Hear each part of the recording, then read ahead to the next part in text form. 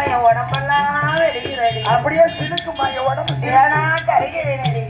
எங்கத்தை எங்கன்னு பார்த்தேன். ஏ உன் புன்னக முகத்தை நான் இன்னைக்கு பார்த்தேனோ அப்பவே சாரி முடிஞ்சு போச்சு.